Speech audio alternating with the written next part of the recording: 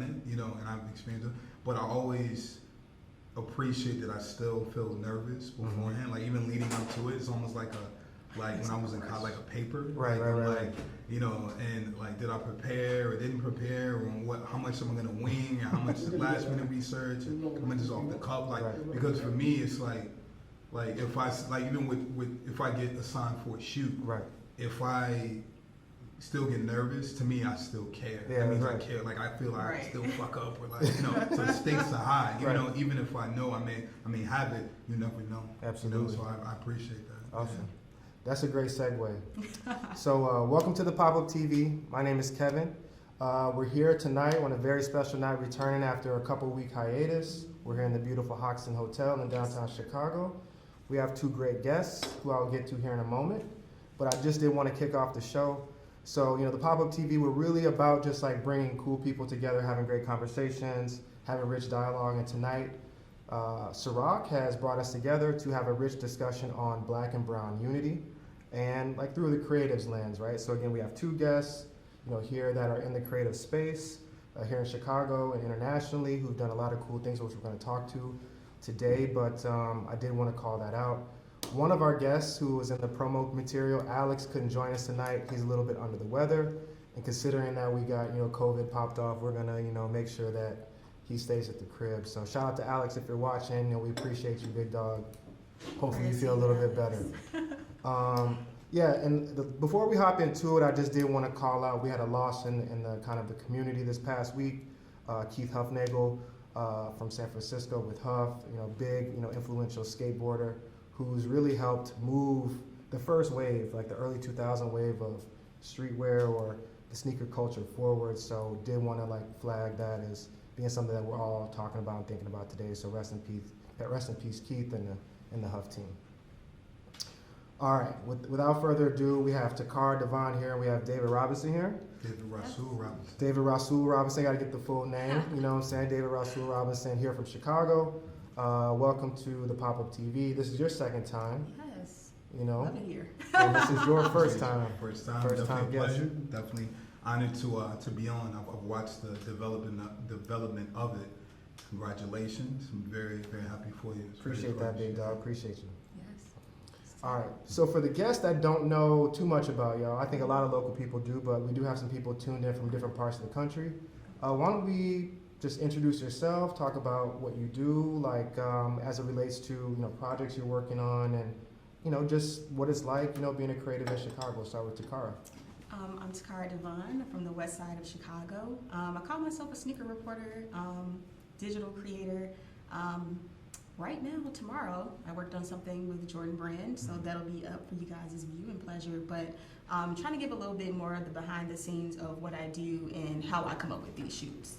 So look forward to that tomorrow. Yeah, I've seen a lot of your work on your social media, just the way you curate shots and kind of give props to the brands that you're working with. That's been pretty smooth. So really interested to dig into that today. Yes, sir. Right. David? Many of you might know me from my day job at St. Alfred, where I've been for some time, and I wear a few hats there. In addition to that, I've done a good amount of freelance work, project management, a lot of photography work, freelance photographer.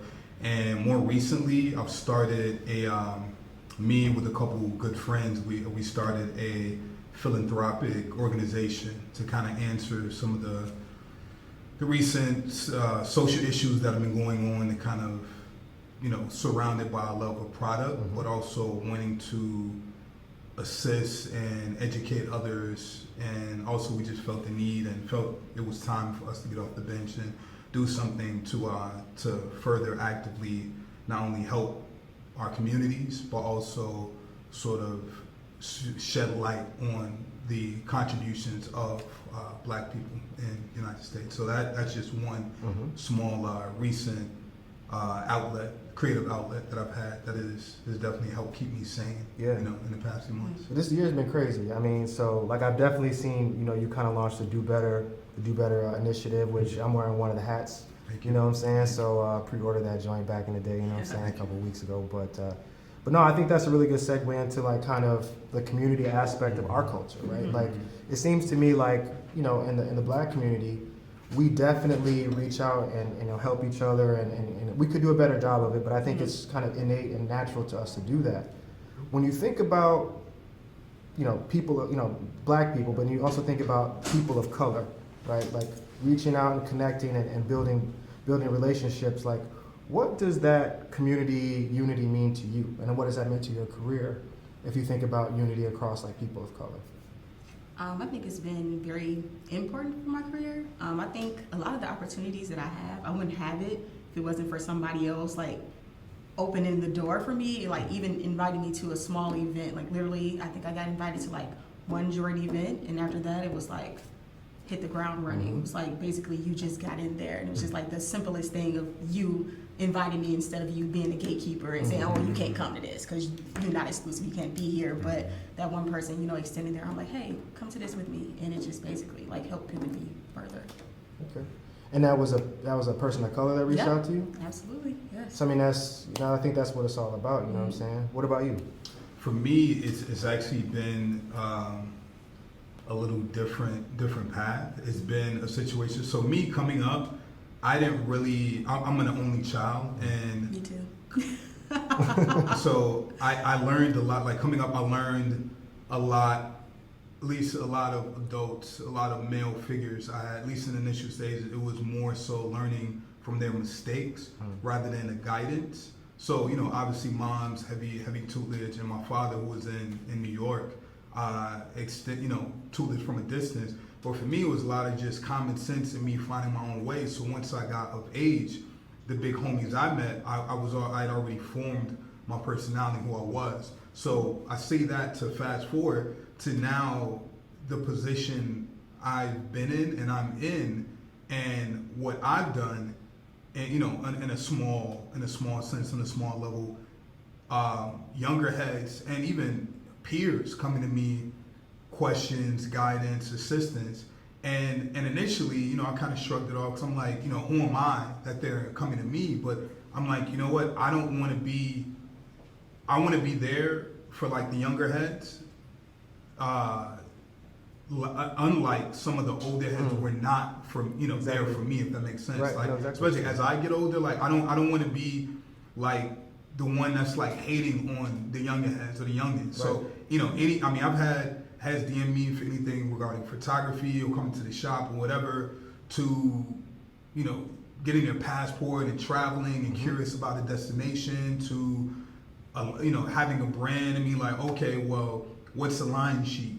I don't know what that is. Okay, well, come back to me when you have that. Just kind of guiding them on how to properly have your brand, but more importantly, in the sort of unconventional career path I've had, me being in roles where I didn't even know that these were positions or jobs, and then me being there and then showing younger black heads, younger kids that look like me, like, yo, you can be in this career, you can be in this field and not necessarily have a brand or always be in front of the camera. Like there's other roles that are as important, if not more important, depending on the situation, where you can still be a part of this and still, get what you want out of life and do what you want to do on your own terms. And it's not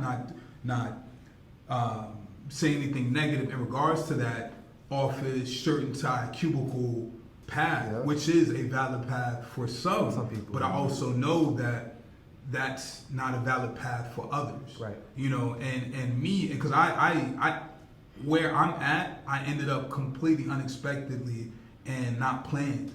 And it was a completely different path beforehand. So to show younger heads like, yo, if I'm and I'm not even saying I'm like an inspiration, whatever, but if you view me as that and you have a, DM me with a, yo, I got you. Because I want to be there as much as I can for younger heads to let them know, like, this is an outlet. You can get what you want and do what you want to do and not have to be a cornball or play yourself or swallow your pride, or not unapologetically be yourself. If that makes sense. No, it makes sense to me. Just gonna jump in real quick. Let's do another intro.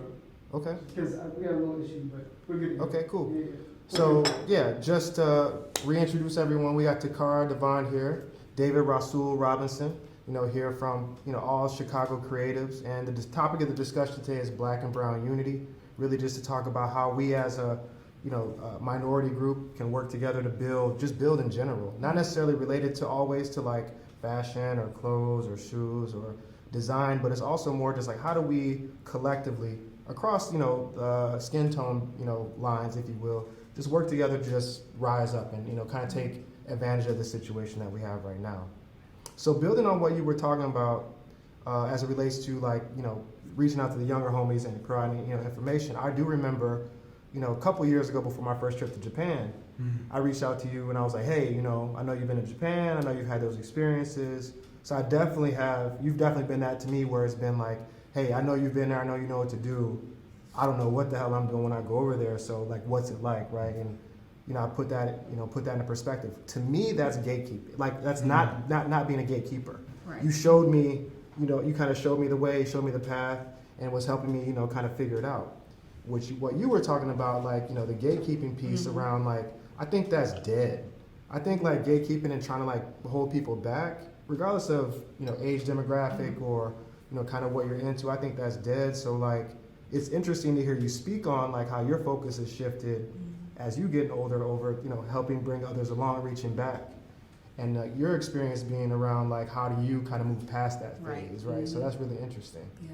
Before we got into this chat today, we were having a conversation around kind of you being able to put up parameters around like your brand specifically and how you want to grow as a creative. And we were having a discussion around you having to say no to somebody based on your price went up, right? During COVID, because that's essentially what happened to Kara's price went up. Oh my Lord, no. Right? You know what I'm saying? So. She hooked me up today, by the way. So she hooked me up today. You gave me this. She gave me this The player price. You can fit it in the budget. She fit me in the budget. Player price. Right. Too kind. Right. Which I appreciate. But when you think about that, right, like having to look at your value, right? And if we take a step back, when you think about the hurdles that women in general, especially women of color, when black women have to go through to just even have a seat at the table, right? Having the strength, having the power, right, to say, what, my price went up, so to speak. Like, that had to be empowering for you. Like, what was that experience like? Man, you know what? It felt really good to say no, because usually I'm the person like, all right, I guess I can make it work, and I'm usually doing a lot of favors, especially if it's somebody that I know. Like, I know that this is your job, and maybe you want to, do this project for your work, and I'm like, okay, I'll do that for you. But if you can't meet certain demands that I have for myself now, then maybe it's not something I should do. You just basically have to figure out as a creator to figure out when to say yes and when to say no, and basically just weighing those pros and cons. Like, okay, doing this is going to make me happy, it's going to bring me money, it's going to open more doors for me, or is this going to be an expense to me? I'm going to be upset that I did it later on. It's just basically weighing those pros and cons and figuring out what works for you. And I think we do have to like set those parameters for yourself, because like, we're giving away a lot of gems, especially on places like Instagram, and we're posting all these things. We're not making money off these images that we're posting. We're basically marketing for free, for brands for free. So it's like, okay, this is my job, so how do I treat this like a job? So yeah, for me, it's been hard to say no, but I've finally grown to the point where I'm like, I can't do that. Well, in my day job, like outside of this, I've worked in corporate America and human resources actually, so I know quite a bit around like inequity in terms of pay, pay gaps, especially for, genders, women, especially people of color. So, like, I would think that's really, like, encouraging, right, to hear you, because we met this summer, like, as we were starting to work with each other, but just to see you have the strength and, like, the belief in yourself to say, like, hey, you know what, my price went up, I'm not going to do this for that, I need it to be this. I would say, like, how do you then turn around to see if you see another, like, black woman trying to getting started as it relates to, influencing as it may be? What advice do you have to those people that may be watching as it relates to, letting people know that your price went up? I always say just be true to yourself. Instagram and all these places is a place that you can make a facade, and a lot of people can see through that. I think just being authentically yourself, those are when the doors really start opening for you. Even some people reach out to me all the time, and I'm shocked about that, because I'm like, look, I'm still learning too.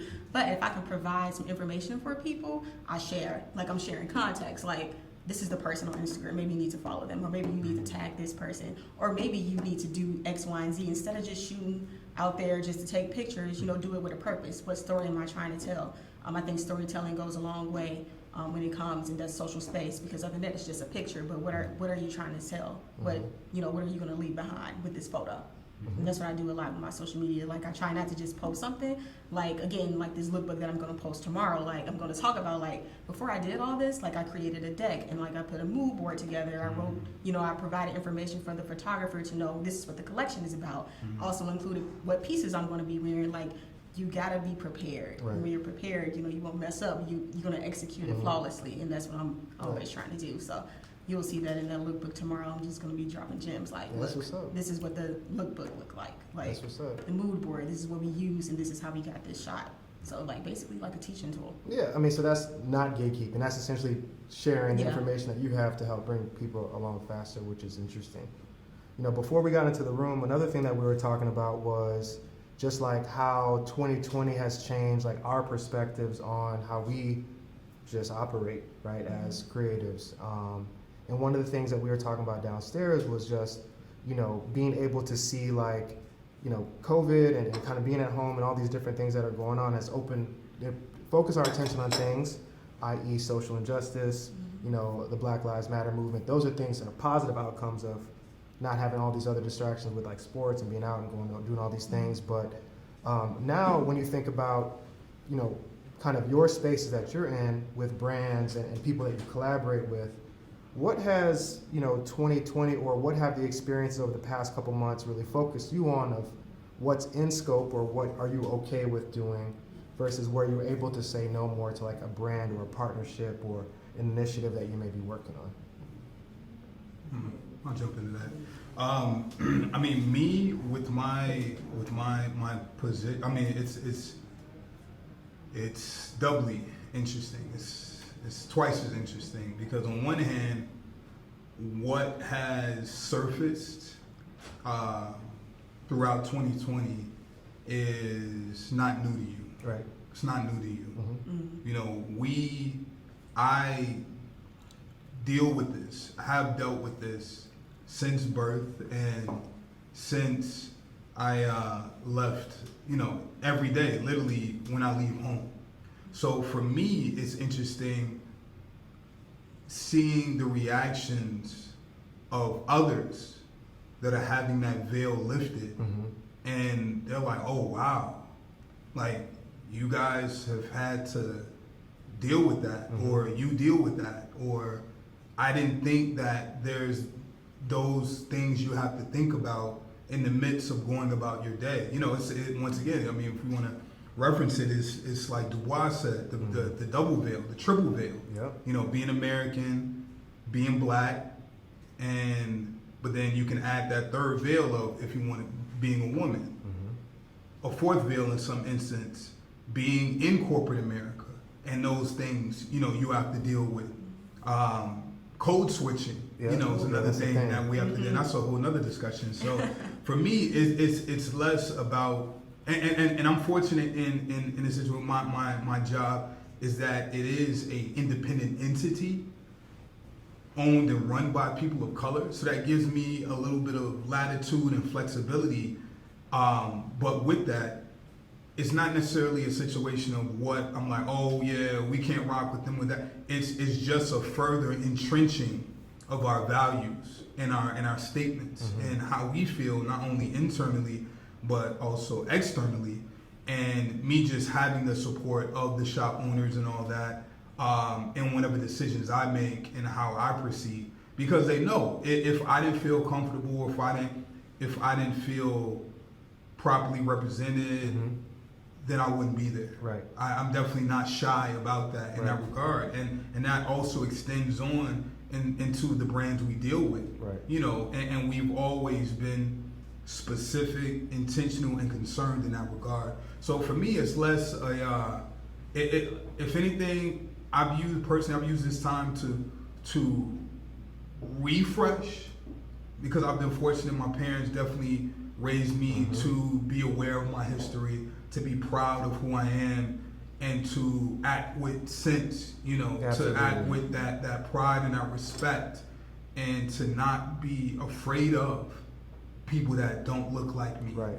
Like I deserve a seat at the table just like they do. Right. And I mean, I can't even count how many times I've like called my mom, like me traveling for work internationally or whatever nationally, and me thanking her, and they're like, wait, what, why? And I'm just like, yo, I didn't really know it at the time, but I appreciate you for how you specifically raised me to be proud and to have class, but not have that be a weight on others. It's like I always joke with friends that I'm a mirror. So it's like as long as somebody, because you know, and that's one thing I appreciate about this thing that we call quote unquote streetwear, quote unquote sneaker culture. Something as insignificant, if you will, as sneakers, is that they have brought a variety of people, different ethnicities, genders, socioeconomic backgrounds, so on and so forth, together under a common flag, if you will, a common love. And so this community, and I'm gonna also tie in, add on the skate community under another common love. It's like it's almost like we're almost spoiled. Yeah, we are. Because we live in a bubble, and it's a norm. Yep. To have friends of different, like Absolutely. I have a group of it friends is, where I jokingly call them the UN. Yeah. Because we're all different ethnicities. So it's like we're in this bubble where it's a norm where I have friends globally, you know. So it's not until we step out of this bubble that we're in, and it's like, oh shit. Like, well, let me ask you a question about that. So, stepping out of the bubble, right? Based on your day job, and again, for the viewers, you know, David wears many hats, Sakara wears many hats. They both have multiple jobs. But I know we've had conversations when you know, as a black man, have to go to Europe, go to Paris Fashion Week, and do buys for the store.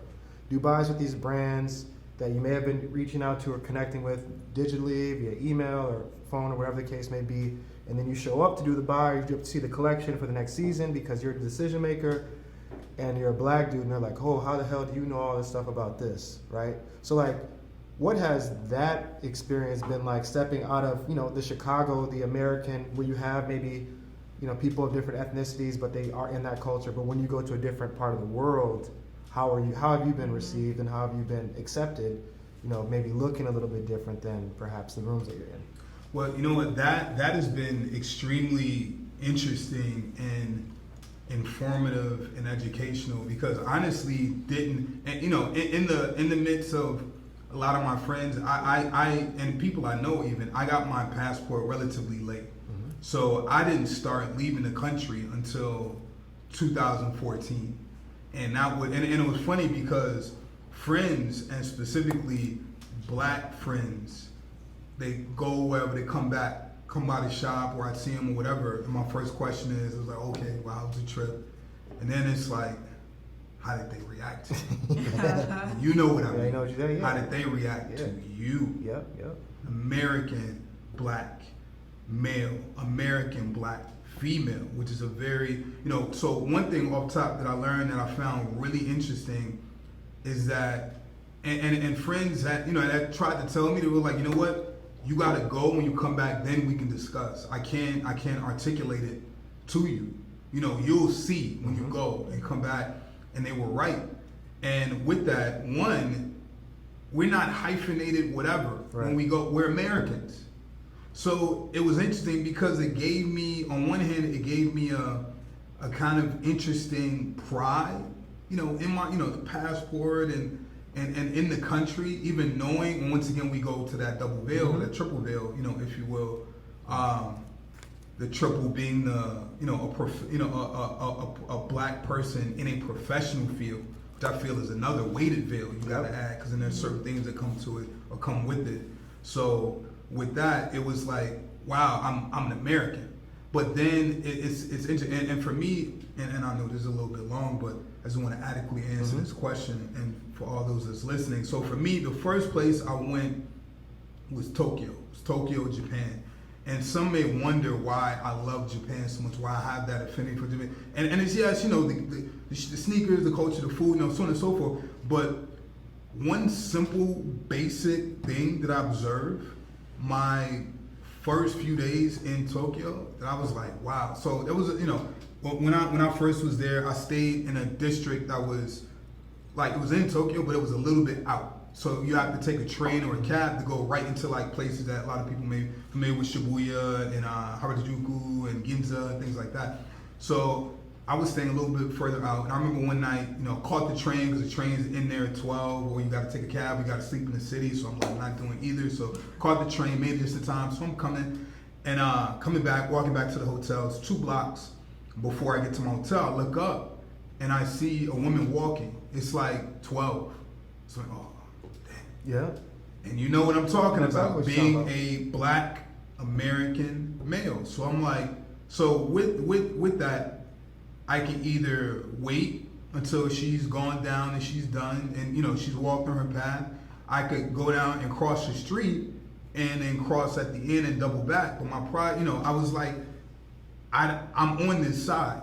I don't want to have to cross the other side. You know, I shouldn't have to do this. I mean, you know, so on and so forth. So, and I compare and contrast that here, where I see sometimes I don't see him. I just hit a click, and I'm like, oh, she locked the door because I'm walking by, but I got my hands full, and I'm like, how can I rob you? My hands are full, you know. So I joke with some friends that some of the most stressful parts of my day is like if I'm walking and I see a white woman walking in front of me or passing, because I gotta wait.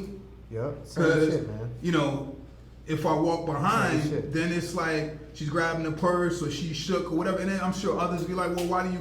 Because it's a level of dehumanization. Totally. So I tie it back to Japan and we come home that night and I'm walking and so I'm intentionally kind of, you know, dragging my feet, making some noise so she hear me, you know, because I'm sometimes inadvertently quiet when I'm moving. That woman didn't look back, didn't alter her gait, didn't grab her purse.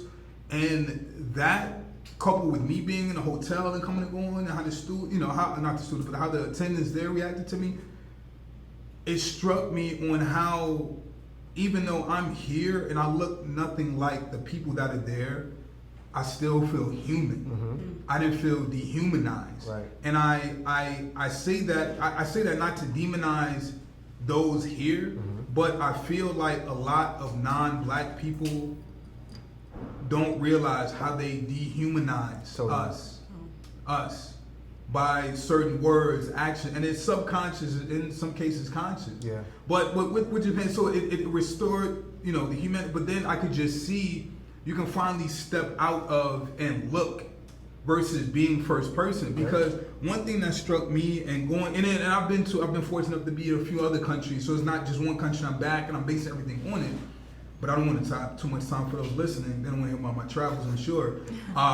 With that is you really see how race is such a big deal here. It's a huge deal, bro. Versus elsewhere. Right. And how we're perceived and treated elsewhere versus here. Yeah. And that to me is extraordinarily striking. It It's all really about is.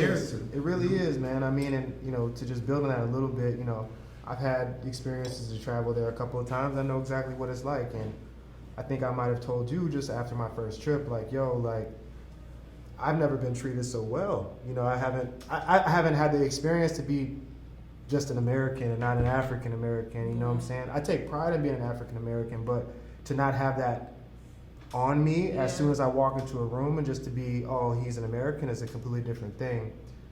To build on that, right? Because I know we had a conversation a couple, you know, several months ago. When you think about, you know, coming into some of your experience, like earlier this year, you did the thing with, you know, Jordan Brand for All-Star Week. You got to see some of the samples and that type of stuff. When you walked into that room, right? It's all women that they want to get their point of view. So now it's you know, things have changed a little bit, right? It's not just we're going to the Davids of the world to get what are the kids in Chicago wearing. It's more like now what are women wearing? So like, did you have a similar experience, like going to that situation, being a woman and being invited to that conversation to get your voice? How has that changed, right? You know, with a newer experiences, like having people seek your input versus not to discount you, you know, for being perhaps a black woman. What has that change been like? I actually felt really good Okay. to like walk in that room with confidence, and actually like I'm in my element, like I know what I'm talking about. Like it felt good to feel valued and not just another person. It's like we want to hear your opinion. Right. We want to know your thoughts. What do you think about this? I recently did talk to Ren, and you know, they were very interested in knowing my opinion on like Black Lives Matter and things that's going on in the world right now. And I think that's extremely important that these big brands are actually reaching out to people like me. Like I don't have a whole bunch of followers and stuff like that, but they still want to, you know, amplify our voices. And I think that's super dope that these brands are actually listening and actually doing the work. We're going to circle back a couple months from now and see if they actually doing the work. We're going to circle back. We're going to circle back and make sure they're doing the work. But for right now, I enjoy, you know, you guys putting those statements out. But the brands who are actually donating and like giving us an opportunity to donate to some organizations that I'm proud of was really cool to me. That's like, awesome. It felt good to be in a room and at that table with like product line managers who look like me and just talking about shoes. That's awesome. So how did you know, that's always been real interesting to me, right? Because like, I know everyone I would say that is into shoes or kind of like the things that we like has a story. Like what was the thing that got you into that? You know, when you go to like a family dinner, like why do you like this or why do you dress that way? What is it, right? And everyone has a story, but like for you, I'm always interested because there aren't as many, at least in my experience, maybe it's more so now, but growing up it wasn't really accepted for a female to like know as much about the shit that I like as me, you know what I'm saying? It was always kind of like, damn, what she knows, you know what I'm saying? So what is your, like, how did you even come to the point to where you even know all this stuff? What was it that kind of sparked your interest in like this fashion stuff? For me, I think it was just growing up in Chicago and like just being from the west side of Chicago. Okay. Like Shout out West Side. yeah, shout out to West Side. Like we just sit on the porch, like literally we sit on the porch and I would just look at everybody walking down the street like, oh, they got on low top Air Force Ones. I need a pair of those, Mom. I need them. So every time I went back to school, my mom got me a pair of Air Force Ones, or it was the Air Max 90s. Yeah. Triple white, had to Okay. have those. So it was like just growing up, it was just like ingrained in me. It wasn't like something like I seeked out. It was kind of like just came to me. Like there's so many like baby pictures of me and like Jordans and stuff. I'm like, Mom, what you do about that? But yeah, I think I got more serious when I got in high school, like towards the end of high school, and that's like I found my little sneaker plug and I was getting my little shoes early. I thought I was hot. Right. But yeah, like for me, it was just basically just growing up in that culture of Chicago. Like Chicago is just like a fashion state. It Like is, regardless of what people say, it's here. We have that culture. It's here. Like that's how I got introduced to all the shoes because of my friends and my peers. Like, did you get those Jordans? You getting them Saturday? Like, that's how I came to know. Right. And it's like I'm surprised like that information ended up paying off later on in life. Like actually being able to, you know, tell the difference between, you know, a Jordan 6 and a Jordan 7. Right. You know. It's always been interesting to me that like specific point that you're making, Takara, is like if you think about like black culture, right? Like I remember vividly when I was a shorty, like Jordans came out during the week. They didn't come out on Saturdays.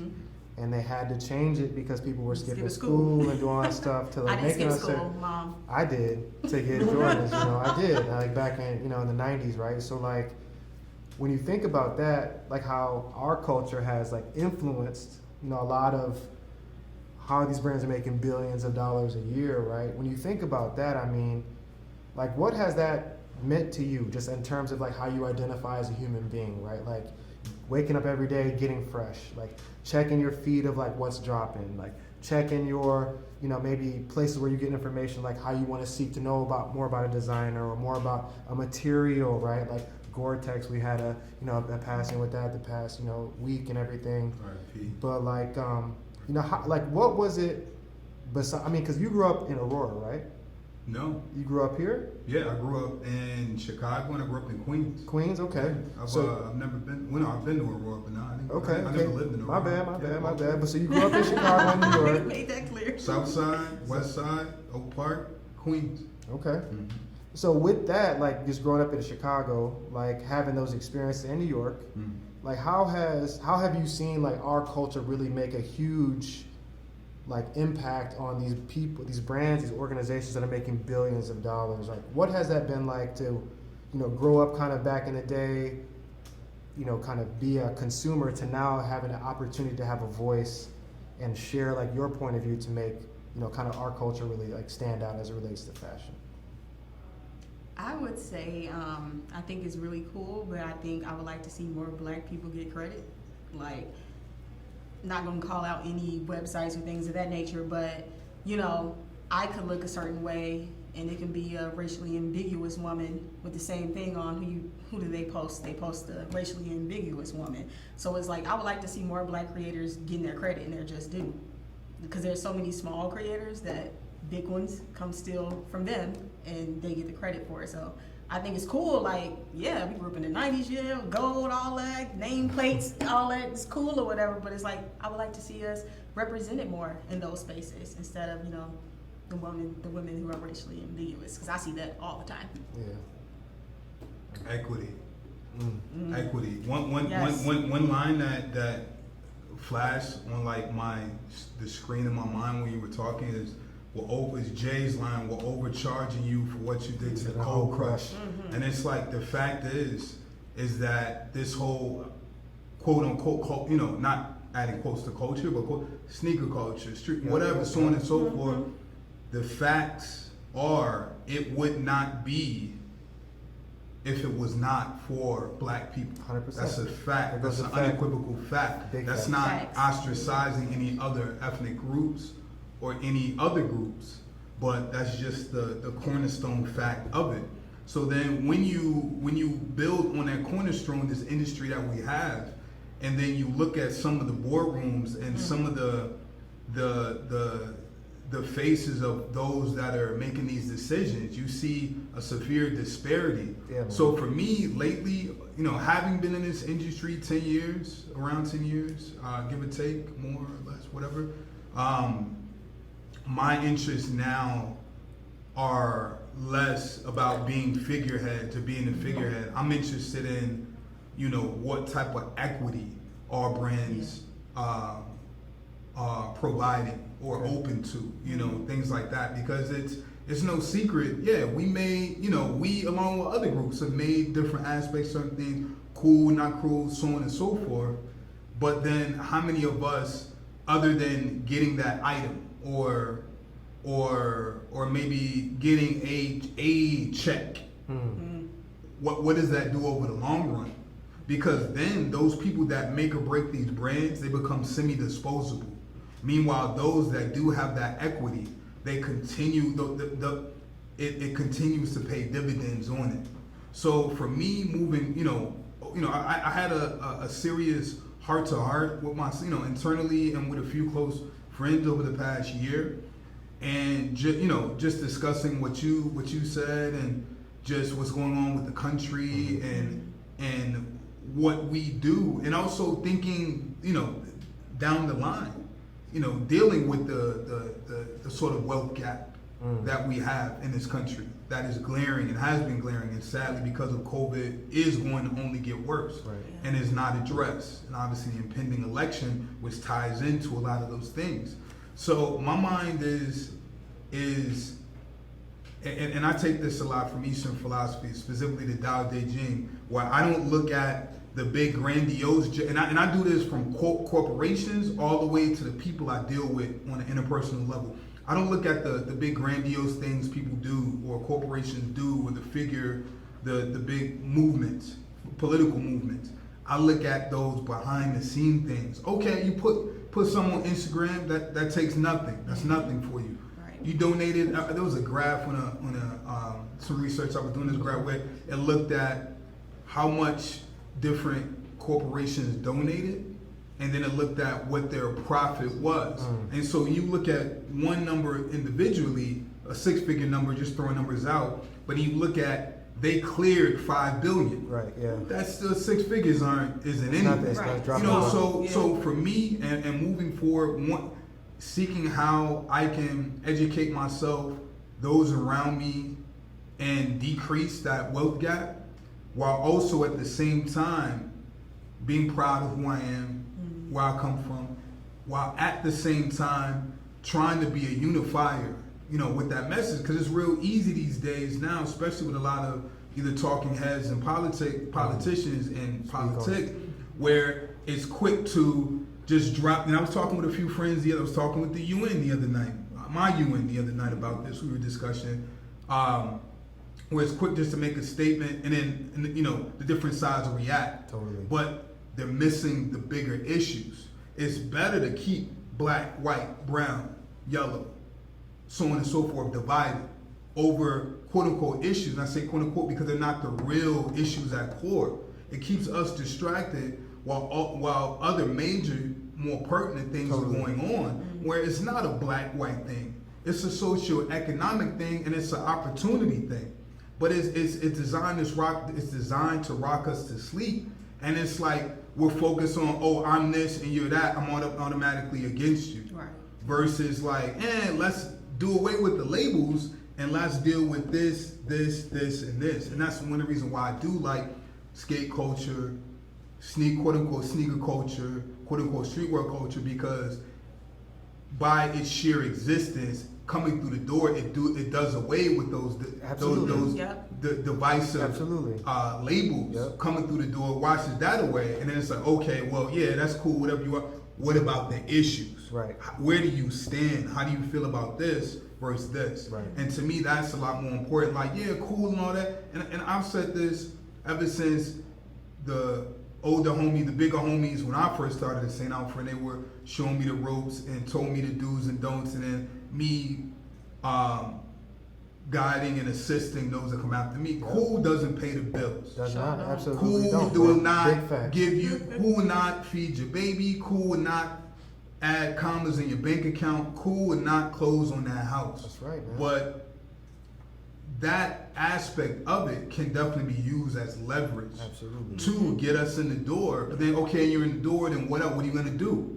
I'm in the door and I'm doing it in my very small position when I'm doing how people view me, whatever. Okay, I'm in the door. Some people think I'm cool, some people may not. I don't really care. I'm the, my idiosyncratic nerdy self that do what I do. Right. But while I'm here Trojan horsing it, I'm like, okay, well, how can I be a force for good? How can I be I don't even say a role model. I want to get on some Charles Barkley shit, but how can I be a person where I don't think they should, but if a younger head is looking at me for guidance and okay, well, I would much rather than like, I want to move like Rasul versus moving like somebody else. If I can be that, while at the same time learning and teaching myself the do's and don'ts and having that financial literacy, that awareness, and seeing the writing on the wall to not believe the hype, like, yeah, it's cool, yeah, we're cool, we're fresh and all that. Yeah,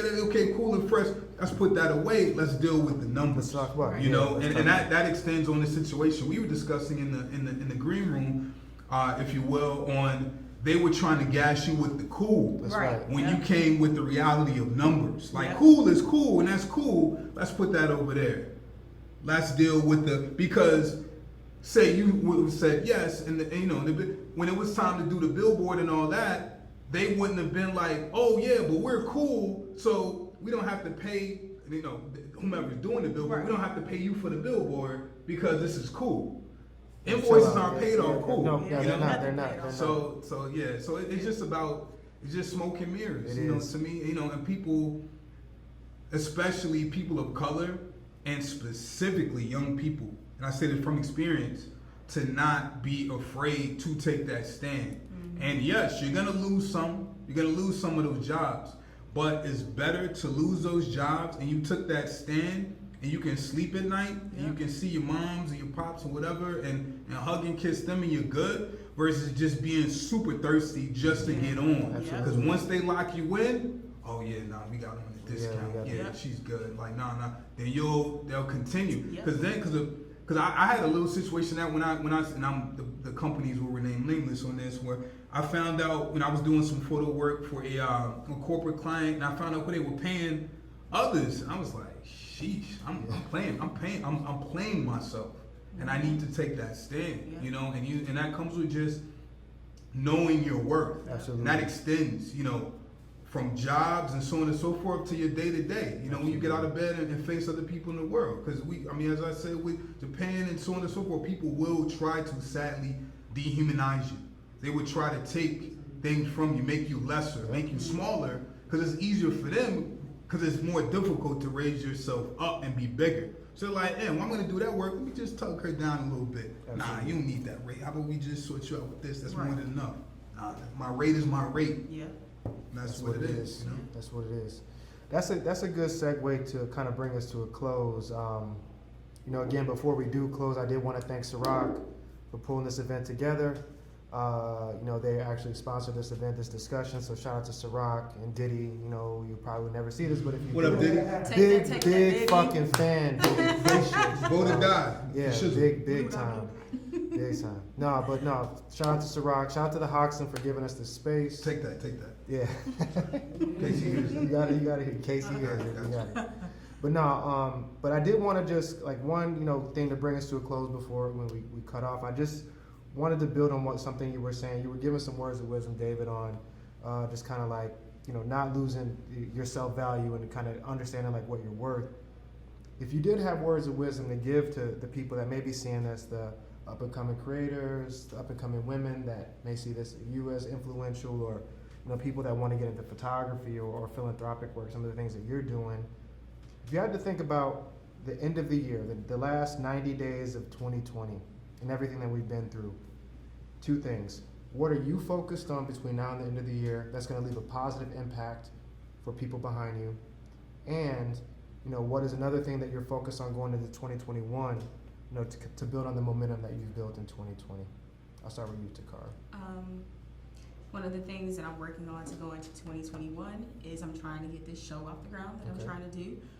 It's just something that I've been wanting to do for a long time, and not just feel like, I don't have the resources, but you do have the resources. You have the resources, the people is just speaking up and saying, hey, can you help me? It's about unity, right? Just asking people like, look, worst thing they can say is no. Like, no, I'm not gonna help you do that. But little do you know, your tribe and your community, they might say yes, and they're willing, to put in their work and be in the trenches with you to help build that. So 2021 is one of the main things that I'm focused on. And what was the other half of that question? Between now and the last 90 days of 2020, you got about 90 days left. Like, what are you focused on between now and the end of the year to make this year, to supplant this year as a success? Man, I just want to make sure I have all my business affairs in order for myself. Like, I'm like one of the first people within my family that's like an entrepreneur. Like, everybody else has these 9-to-5s, and I'm just one little person in the family that's like, nah, I ain't finna do that. I'm going this way. I'm doing that. So, making sure I have my business affairs in order. And also, I really want to start working with another creative, maybe another woman who's trying to build herself up in this industry, and just like bring her along with me. Like, learn from me, learn from my mistakes, so you don't got to go through that. You feel me? So yeah, for me, I definitely want to find another creative that, is maybe looking for a mentor or someone who can actually, guide them along the way, because I didn't have one. And I know if I had that help or somebody to tell me like, oh, don't do this, go do this instead, or learn how to say no earlier, you might, be able to get this, pay for this, or X, Y, and Z. So yeah, I think it's beneficial to have somebody who can help guide you. And if I can be that for someone, I think that'll be dope to like close out this year. That's for fantastic. Sure. If you're watching, she's accepting Reach applications. She will hit Slide you. in my DMs. David, and again, to recap the question, is last 90 days of the year, what are you focused on to like really, close out 2020 as interesting a year as ever been on a positive note?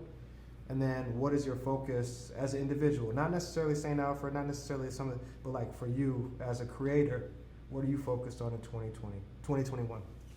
Well, one thing off top I want to say to anybody listening, or anybody that may see this or hear this or whatever, I can't. I mean, as hokey as it may sound or it may come across, I can't impress upon people to really embrace or digest, to believe in yourself, trust in your gut, and strike on your own path. Just believe. Life is one thing. I mean, yeah. One thing I've been reminded of, especially in the past week, is how short and how fragile life is. We are not given a large amount of time here, and so with that short amount of time, we should be happy. We should learn, we should grow, it should be a joyous time. Of course, it's not going to be all that, but it should be more joys, more smiles than cries. Definitely should be cries too, because you appreciate the smiles. But with that, it's like, believe in yourself, do what ultimately makes you happy. As long as you're not harming anybody, you're doing your thing, like strike on your own path. So I take that to piggyback on, for me, in the midst of this very troubled year, it's been a reminder for me to count my blessings. I've been extraordinarily blessed.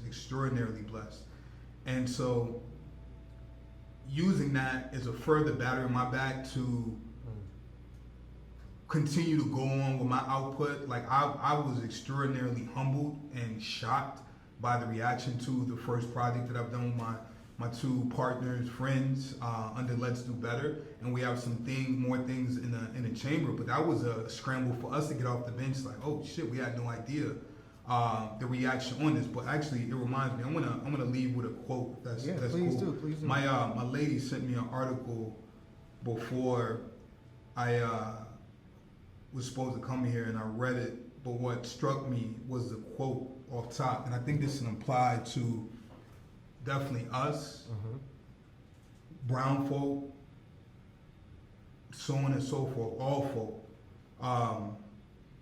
And I'm going to butcher the name likely, but this is called 2000 Seasons by Ayi Kwe Arma. And once again, I apologize for butchering it, but a people losing sight of their origins are dead. A people deaf to purposes are lost. Under fertile rain and scorching sunshine, there is no difference. Their bodies are mere corpses, awaiting final burial. So I don't want to be ominous, and I don't want to be kind of bleak or foreboding, but I say that in the sense of all groups, and this is how I took it when I would travel. Yep. Yes, be proud of yourself, your history, where you come from, but come to others. It's almost like a gift. When I go to when I came to Japan and France and Germany or UK, whatever, I come, yes, as a proud black man, American black man, proud American, but I come as a student wanting to learn. And I think we can learn from that here, with other groups. Like, okay, all my other friends that don't come, we have a similar background, but like our friends that have a completely different. So, okay, I come with this and these experiences. What do you come with? I learn and I appreciate that, and it becomes a gumbo rather than becoming oil and water. Absolutely. Which you can't drink that, or what did Prodigy say? Hennessy and milk, vodka and milk, or something like that. Either way, it doesn't mix when when it's adverse, but when it's like to that understanding. And I think in this 2020 moving forward, I think we can learn a lot with that. To just have our own story and our own what we bring to the table is almost like a gift, but also being willing to accept the gifts from others. Like, and real quick, and I say, this culture wouldn't be here if it wasn't for black folks. That's not saying, we run it and y'all are in debt to us. Right. Just like the whole Black Lives Matter, All Lives Matter thing. We're not saying it's greater than, it's equal to. Absolutely. But never lesser than. That's all that needs to be said. So it's like, it should be a mission of unity, if you will. And just trusting in yourself. If I gotta end on two things, is unity and trusting and believing in yourself. And just don't be a dick. Don't be a dick. Don't be a dick. Don't be a dick. Now to 2020, just don't be if you forget anything, just you leave the crib. Oh yeah, don't be a dick. All right, bet. I'm gonna live my day like that. And it should be all good at the very least, Words of wisdom from David Russell. I'm learning. I'm trying to figure it out every day. But I start my day. Don't be a dick. Yeah. I do my best. No, that's beautiful things to end on. From the bottom of my heart, I appreciate y'all so much for pulling up for me today. You didn't tell us what yours. I'm about to get into. Okay. I can do that. I can do that. I got you. So for the end of 2020. Building on what David said, I'm gonna build on myself, trusting myself. I got this company, I got this brand. I have a day job, and I'm really trying to make this work. So between now and the end of the year, I'm gonna put 100% of my focus on making this work. So that's 2020. 2021, I have a UN too. I know they're watching. I got a UN back at the crib, but for me, it's really just to build with my friends. I think I consider y'all friends, but it's I think specifically here in Chicago, and I apologize for people that are watching from different places, but we have something really special in Chicago. I think it's it's sometimes an overlooked city a little bit, but there's just so much juice here and energy that I think we can do a lot. So what I would like to see once we kind of get past this pandemic thing, get past this election stuff, if going into 2021 is more of that, be as a gatekeeper, opening the gates for more people to come in, and not waiting for necessarily like pandemics or situations to bring people together. So that's what I'm working on, over the next year or so. But what I was going to say to Carl was, I appreciate y'all so much for pulling up. This means a lot. As we try to build. Like, I'm a huge fan of both of y'all. I know like the team is as well. Huge fan of like what you guys do and your insights. So thank you for pulling up, and we appreciate you. Thank you for having me. us. And thank you for tuning in, all those that did. For this camera, no, we appreciate you. Thank you so much. Again, hit that subscribe button. We're gonna be back bi-weekly to do the show every other week here on the Pop-Up TV. We'll have that being filmed directly here from the Hoxton. And then our shop, the actual in-person shop it opens later this week on Thursday, October 1st. So if you are in the area, if you're in Chicago, you do wanna, pull up and, kind of chat with us, break some bread, we'll be here. And we will be incorporating some kind of some online shopping here soon. So again, thank you to Ciroc, thank you to everyone for the sponsorship. We appreciate that, and we'll see you soon in a couple weeks. Cheers.